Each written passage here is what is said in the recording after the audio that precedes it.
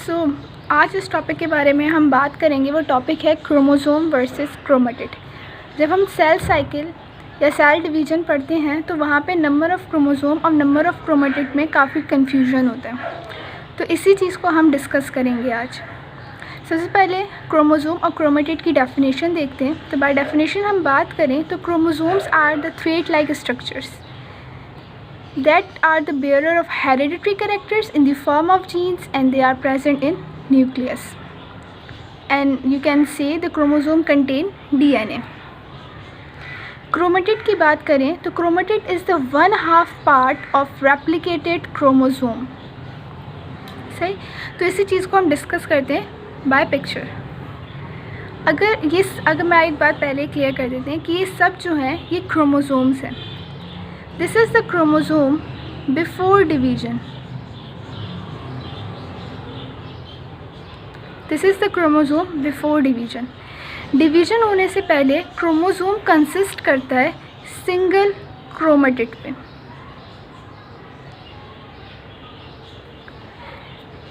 Division से पहले अगर हम क्रोमोसोम को देखेंगे तो वो कंसिस्ट करेगा सिंगल क्रोमेटिड पे। उसके बाद हमारे पास स्टार्ट हो जाएगा एस फेस।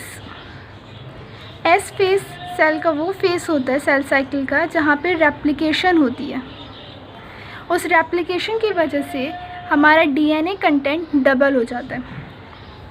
अब ये मैं क्रोमोसोम जो यहाँ ड्रॉ हुआ हुआ है, ये ड्रॉ हुआ हुआ है ड्यूरिंग डिवीज़न। हम जब भी क्रोमोसोम की बात करते हैं हम उसे इसी तरह एक्स फॉर्म में बनाते हैं और कहते हैं कि क्रोमोसोम कंसिस्ट ऑफ 2 क्रोमेटिड्स। तो एक्चुअली वो हम ड्यूरिंग डिवीज़न बात कर रहे होते हैं। तो ड्यूरिंग डिवीज़न हमारा क्रोमोसोम कंसिस्ट करता है 2 क्रोमेटिड्स पे। ओके, होता क्या है जब ये सिंगल क्रोमेटिड होता है ड्यूरिंग द एस फेस ये रेप्लिकेट करता है और अपने ही जैसा एक सिमिलर क्रोमेटिड को प्रोड्यूस कराता है। That now they are called as the both sister chromatids. और ये दोनों क्रोमेटिड्स एक दूसरे से अटैच हुए होते हैं by centromere. Okay, then division phase होगा that we consider as mitosis.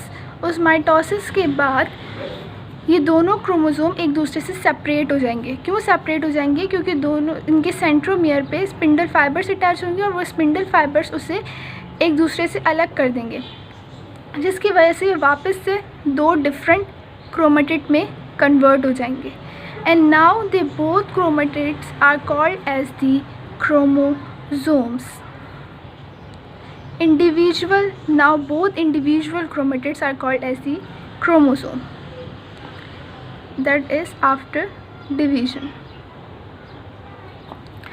इसीलिए हमारे पास जो माइटोसिस का फेस होता है उसके अंदर number of chromosome remain same रहते हैं।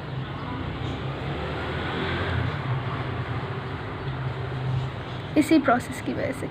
बट हेयर यहाँ एक बात पॉइंट आउट करने के लिए कि माइटोसिस के अंदर नंबर ऑफ़ क्रोमोसोम सेम रहते हैं लेकिन number of chromatid during division change हो जाते हैं। Number of chromatid during division बढ़ जाते हैं लेकिन क्रोमोसोम्स का नंबर सेम रहता है। इस बात को हम छोटे से चार्ट के थ्रू समझेंगे। बिफोर डिवीज़न इनका फेस लेते हैं सबसे पहले।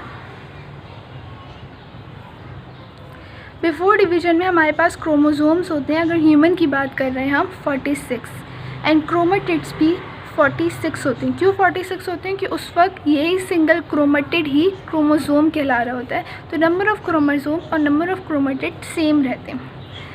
देन डिवीज़न की बात करें ड्यूरिंग डिवीज़न तो नंबर ऑफ़ क्रोमोसोम तो 46 ही रहते हैं but number of chromatid double हो जाते हैं। That is the 92।